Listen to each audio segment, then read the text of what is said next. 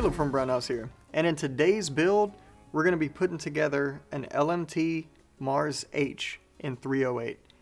But the cool thing about this one is that we are using a short barrel for a 308.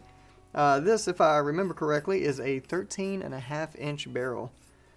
So this one here is going to be a pretty interesting build for like a battle rifle type setup, right? So with all that being said, let's just kind of jump right into it. And if you're not familiar with the LMT MARS-H, it is basically their monolithic type setup. The H being the large frame platform, and then they make the standard Mars, which is their smaller frame. And the barrels are easily interchangeable. There's no barrel nut. They use a locking screw, which we'll get to in a little bit. So before we start with the upper though, if you've seen me do any type of builds on these type of rifles in the past, your AR-15s, whatever, you know I like to start with the lower receiver, so that's also where we're going to start. And usually when I do these, I kind of go through what parts I'm going to be using. I'm not really going to do that in this one. I'm just going to jump right into it, and we'll go over the parts as we go. You can probably see some of them already sitting on the table here. But let's get after it. So we have the MARS-H lower receiver. So this one here, if you noticed, like the first thing you'll notice if you're familiar with the large frame AR type stuff, is that this one uses a Knight's Armament cut in the back. It doesn't use like the DPMS style cut. So this will not interchange with your DPMS type uppers and vice versa, right? So let me grab a lower receiver vice block real quick here. I'm gonna move some tools around. And I'm gonna try to remember which drawer I put these in. Okay. So we'll do it just like so.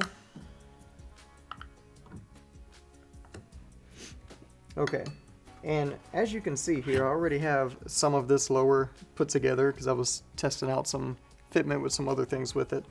But what we have in here is a Geissele trigger, just a standard Geissele trigger, right? So if you don't know how to install that, we have a dedicated video just for Geissele triggers. Jump on over to that if you need any help with it. Alright, so I'm actually going to tilt it forward a little bit since some of our lowers already put together. Like our trigger guard, it came with these ambidextrous pieces already installed, which is great, super easy for me, right? Front takedown pin's already in, but we'll put the rear one in together as well. Okay, so I want to put the grip on, and since this is a large frame, that grip is going to hold our selector lever and our rear pin. So I need to get those on before I put the grip on. And the selector lever I'm actually using here is the stock LMT selector lever. And it is ambidextrous, which is great because when it comes to rifles, I am primarily a lefty.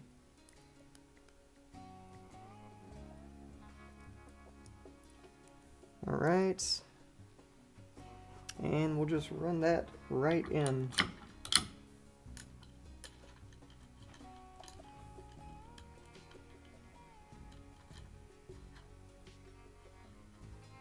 Alright, locks into place.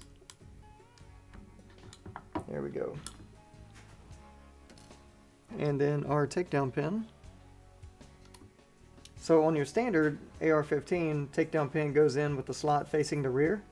But because the retainer is coming in the bottom, the slot's going to face the bottom, and it's got to come in from the other side. That's not unique to this. They all come in from the right side. Me putting it in the left is just my ignorance. I've never done this before. That was also a joke. Okay, so since we have that in place, I promise I won't make any more jokes. No, I don't. I can't promise that. Alright, Brownells Action Lube Plus with we'll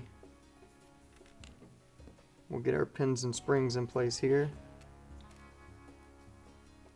Alright, so the takedown pin, detent, I'll put a little bit of grease on that.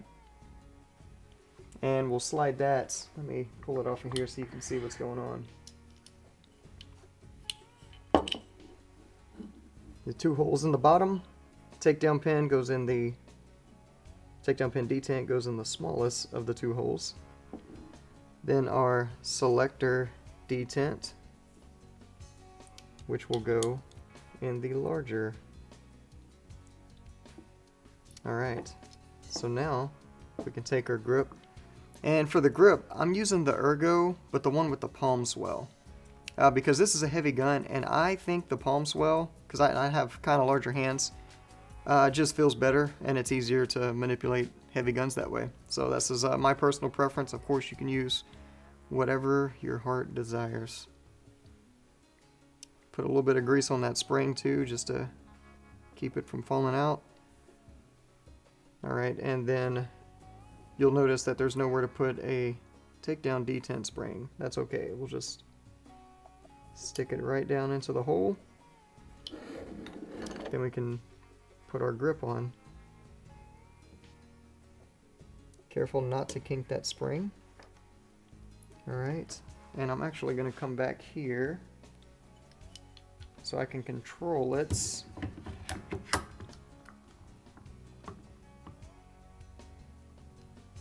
Alright, so I'll have to take it off here because it's not a friction fit. So what we'll do is we will find a tool. Here, we'll need this.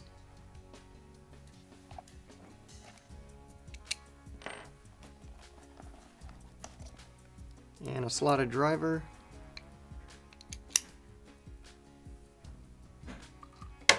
I'll drop that only once.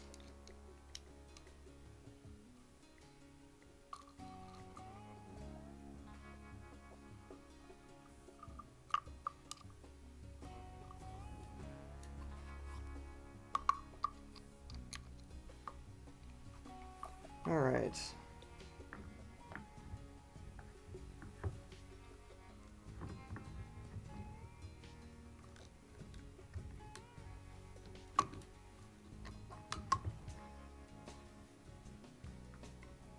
And nice and snug.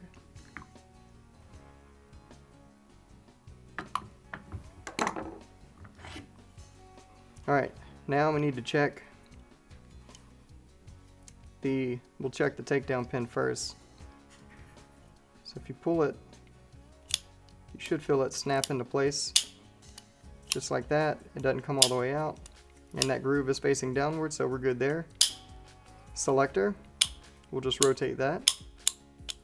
And note that, of course, it will only rotate if the hammer is cocked. Alright, there we go. The only thing we got to do on the lower now is just put that buffer assembly together. So for that, let me actually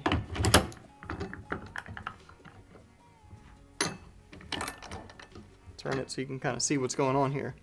So we'll need our buffer retainer spring, buffer tube, buffer, and spring. Okay, so, oh, also castle nut and end plate, of course. So what we'll do is we'll take a castle nut, and the castle nut we're using here is not the one that came with it. It is the forward controls design. We'll just thread that down as far as it'll go. Then we'll take our end plates, put that on, and this is a QD end plate here. Now we'll just thread it on the lower, and we'll go just before the hole here, and you can see that hole there. We're going to put our retainer and spring in there, then tighten this down the rest of the way to lock it in place. Alright, so spring and retainer go in that hole. Push and turn. And notice on this LMT receiver extension, you have a little lip there on the side that kind of just tells you when to stop, right? So it helps retain it a little more, gives it a little more surface contact. All Alright, we'll set that there. Push our end plate forward. Tighten down that castle nut. We'll go hand tight. And then we'll take an AR wrench, such as the Midwest Industries wrench, and we'll tighten down. Alright, that feels good.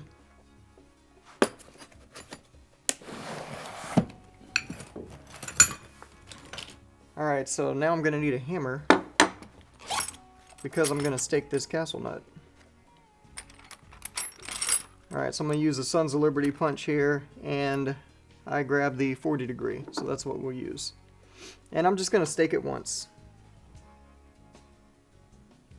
And if you don't know what the heck I'm referring to by staking, or you don't know how to stake, we have a dedicated video on just how to properly stake a castle nut, so go check that one out.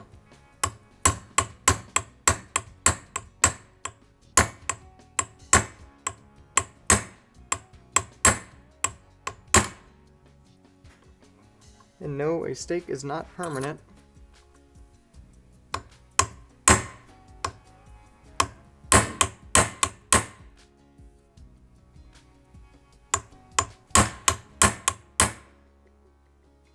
Alright, that'll work.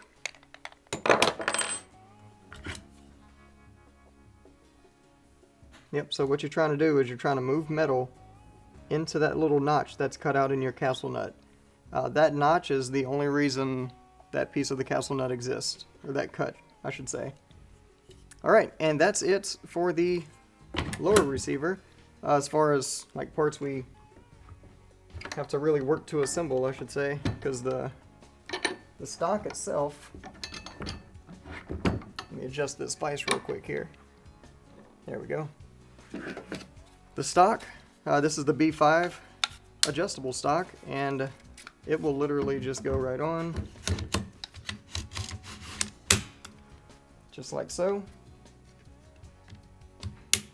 And there's a little lock tab at the bottom to prevent you from sliding it off accidentally. And then the buffer and the spring, these are both LMT buffer and springs. Also have some Mag Slick dry lubricant here, which is great for those.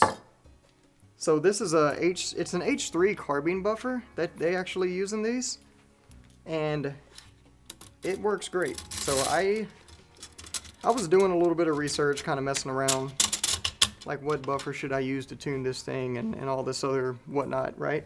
LMT already did all the research for you. If you use that buffer that they provide, or they provide in their kit, I should say, and that spring, you don't really have to worry about anything. These guns run great, regardless of what caliber you put this thing in, so 6.5 Creedmoor or 308. And it also doesn't really matter the barrel length. They all run great with this buffer setup.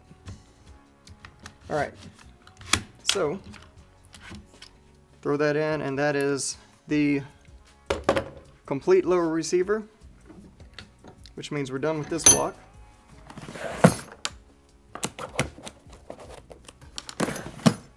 Now it's time to move on to the upper receiver. So this is where things get interesting, because this is what's really different than your standard like AR style stuff. Okay, I'm gonna take my upper receiver. I'm gonna use the device as my upper receiver block.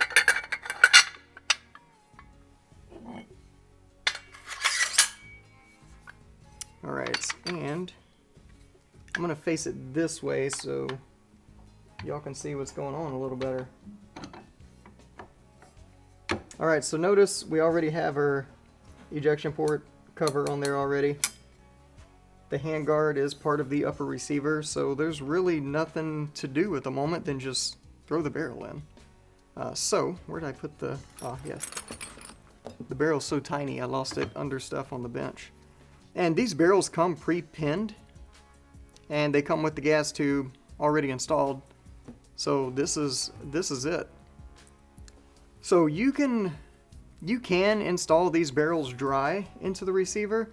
I personally I like to put grease on these barrel extensions because a big point of these types of systems is that it's easy to get the barrel out. And if you have it like corroding in there, you know, whatever, it shouldn't corrode, but whatever may happen, right? Grease just makes it easier to get in and out. Okay, so all you do is go straight in. And if you wanted to do this particular build with a longer handguard length or with a longer barrel, you can do this exact build either way. You don't have to do a short barrel like I'm doing here. I just thought it'd be really fun to do a short barrel 308. Alright, so the barrel is pushed all the way back into place. Now we need to lock it into place. So what holds it in are going to be two screws that mount in the side right here. And I'll show you here. One of the screws actually goes through a cut at the bottom of the barrel extension to help keep it in place. And the bottom of this monolithic assembly is split so that it tensions down around it.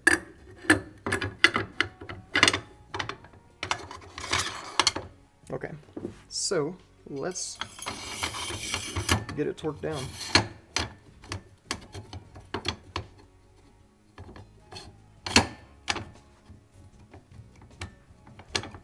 That's not, there it is, okay.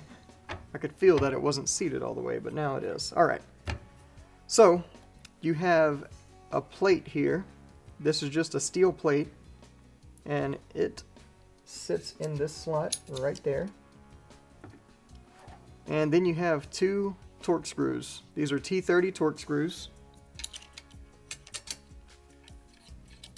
Not going to use any thread locker or anything on them. And then I have a T30 Torx driver and a torque wrench over here. And what you need to do is torque this down to 140 inch-pounds. If you try to do foot-pounds, you will break something. You will break either the driver, the bit, a bolt, probably the bit.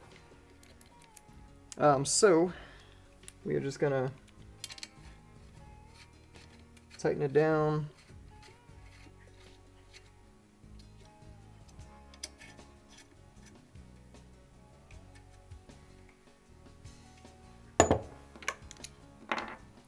Tighten it down as far as we can by hand here.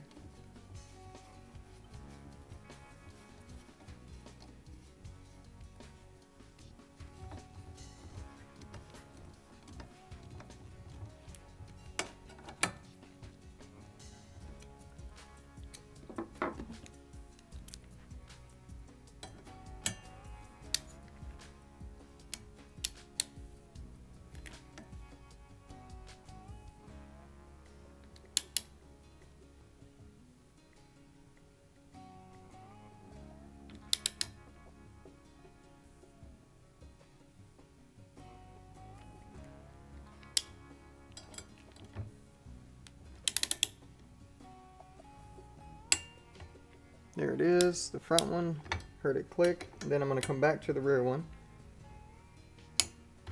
There it goes. And then the front one again. There we go, okay. And the reason I did that is because whenever I torqued down the front one, and it made, you know, full torque contact, and then I torqued down the other one, it probably relieved some tension on the other screw a little bit, so then I went back to the other one just to make sure everything was torqued nice and evenly. Okay, now it's time for a muzzle device. So this is a muzzle device I actually took off of another firearm, and it's a forward controls design 308 chemo.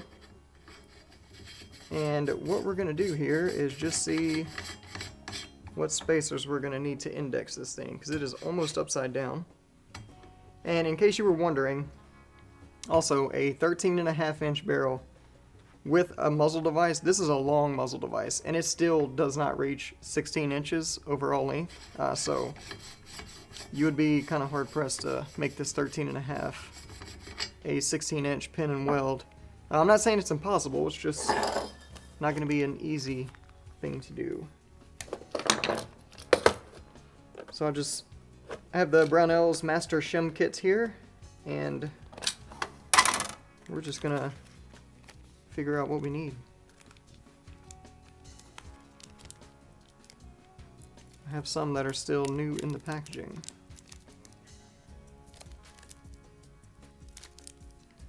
This is back when they made good packaging, because I cannot get this thing open. There we go.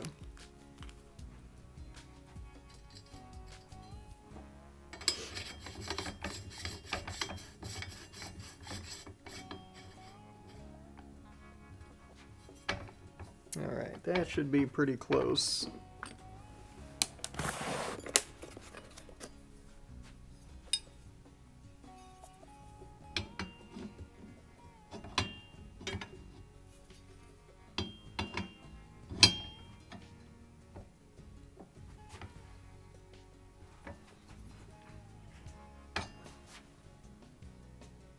Yep, that looks pretty good.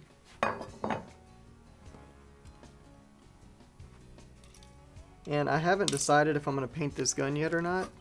Whenever I decide that, I'll pull off and rock set that muzzle device. Although, I guess it doesn't really matter because I can remove this barrel because it's a monolithic setup, so I could do that at any point in time.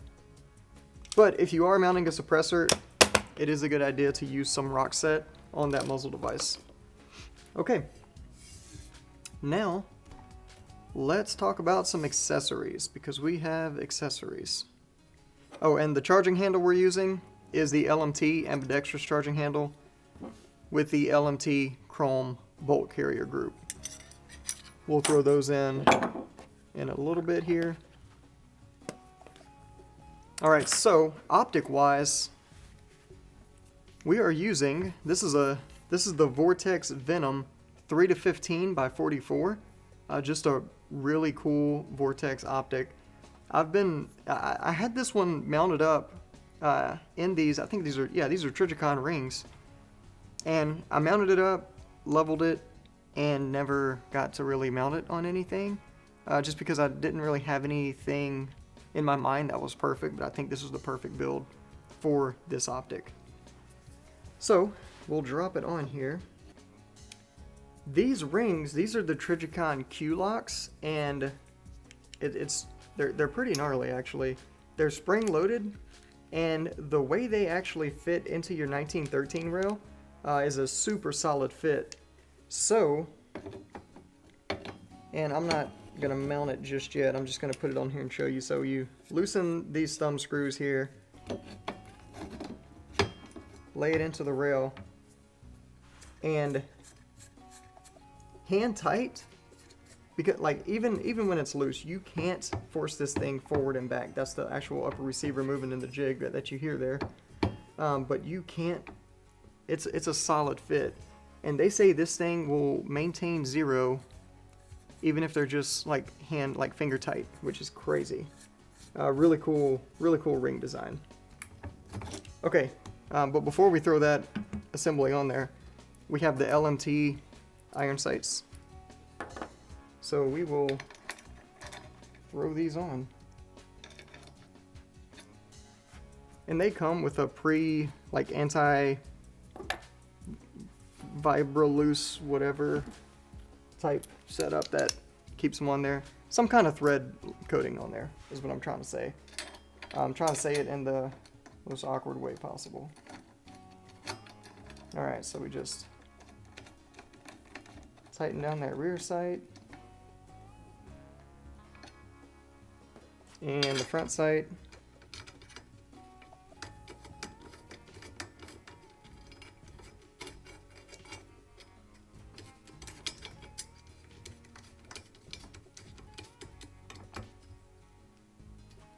Nice and snug. Okay.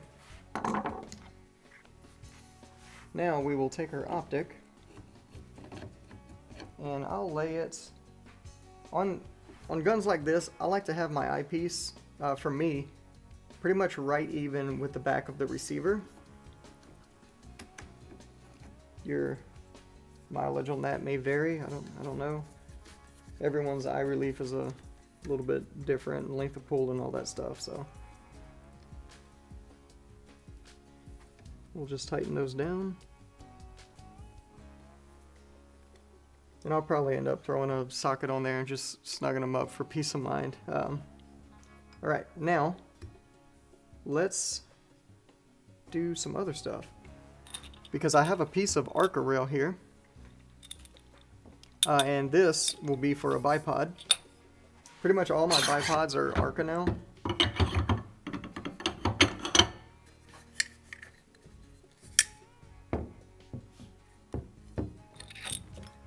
And I'm going to want to put this, I mounted this up just to check it previously. I think I put it all the way forward. Because I ended up having to grind that screw down a little bit so that it didn't contact that gas block. So you may have to do that. And that goes with any accessory on any setup, not just this one. Alright, so now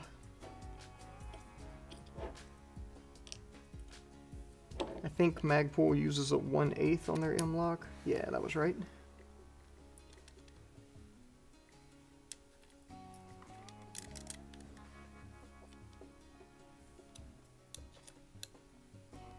So we'll just tighten these down here.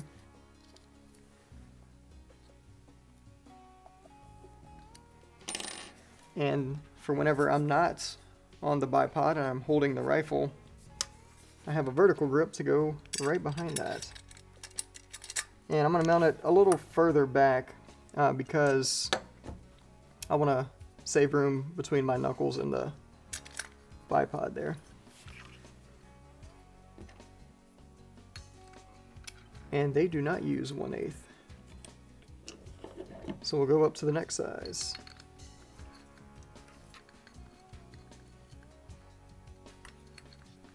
And then we'll go up one size even further.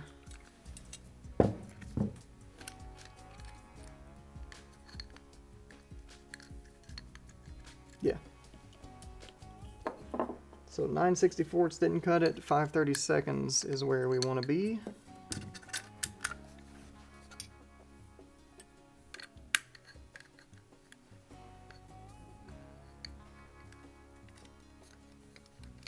If only I had something to hold this thing, like a vise or something.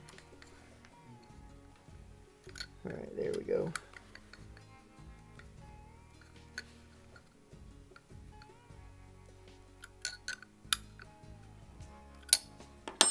Alright, so now we can mount a bipod and we can just hold this thing. Speaking of just holding this thing, let's put some M-lock panels on here. Let me think about where we're going to need them. So here, so these three in the back.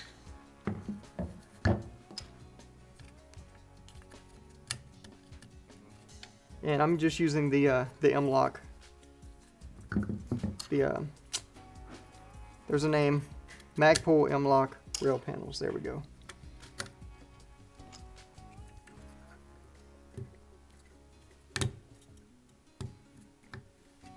No tools to install them, they just press into place.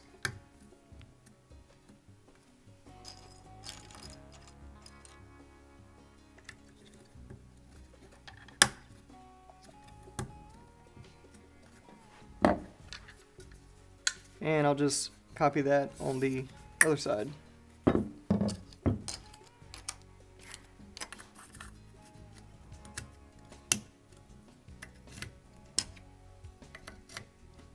One, two, three.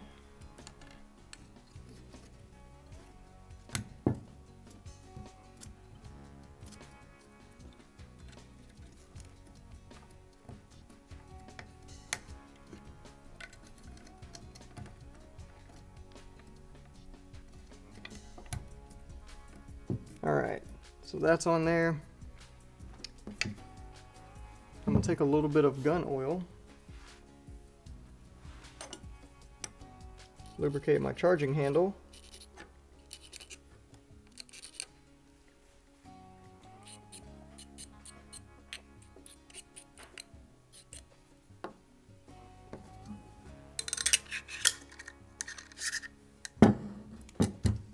and bolt carrier group.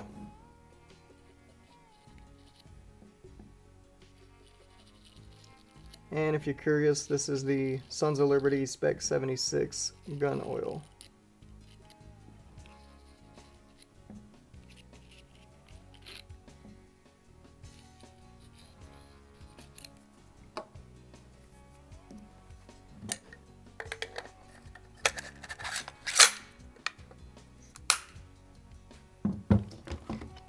Now we can put the upper onto the lower.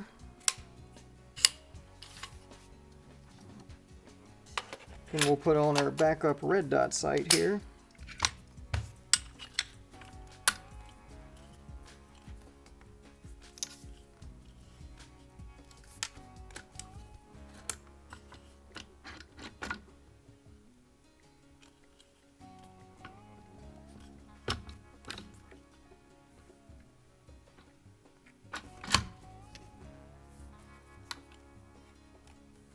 There we go.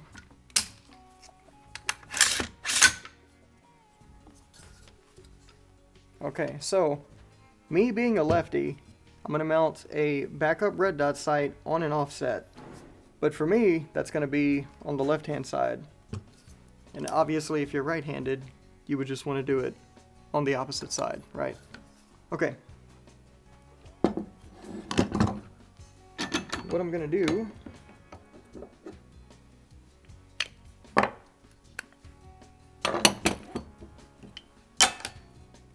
is grab this in the vise, and I'll even change things up a little bit this time, because it's so new I even forgot to use it. But it's the new Brownells magwell block.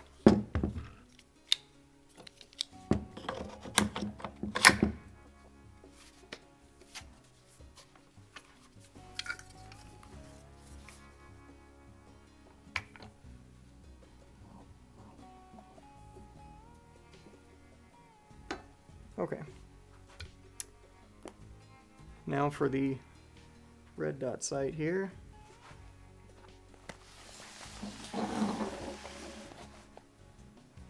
All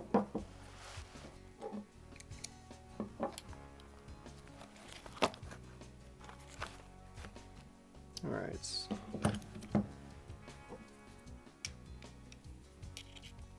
Should be a T27, I believe. Yep.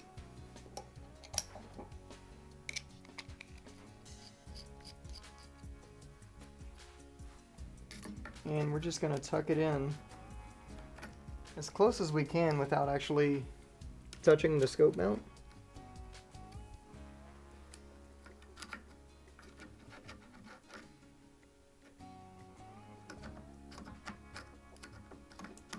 And we may be able to get even closer if we take the screw out all the way.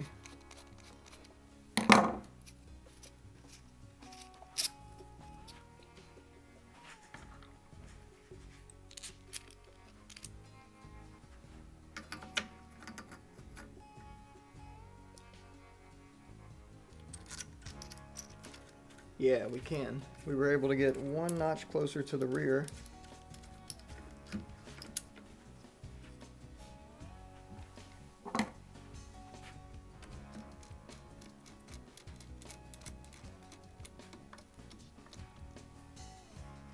Nice and snug. Let's see. Yep, that's perfect. Plenty of clearance still, and it's further back.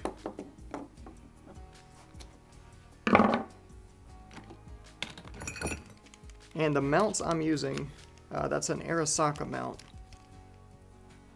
And I'll just torque that down real quick. Okay. So, one last thing we have here. We have multiple suppressor options, obviously, because we use the Chemo mount. Chemo is, they make hub compatible mounts, Dead Air does, so that you can use your favorite suppressor on here. We'll probably end up using, just to keep things crazy and short, like a Sandman K or something like that. But in the meantime, we have a blast can made by Dead Air that mounts to Chemo. which is great for whenever we don't have a suppressor on here. Okay, that is all there is to it.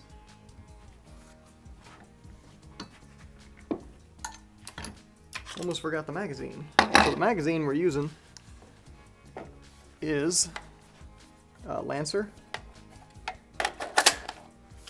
So I have this Lancer one. This is the 20 round. I have some 25 rounds as well. Have some mag pools. We'll play with it a little bit and see which ones work best.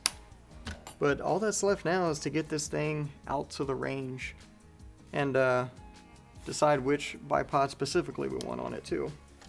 But that's it. So if you have any questions, comments, concerns, if you've done one of these builds, let us know in the comments down below. And as always, if you need help with anything for any reason ever, feel free to give us a call on the tech line. We'll be happy to help you out.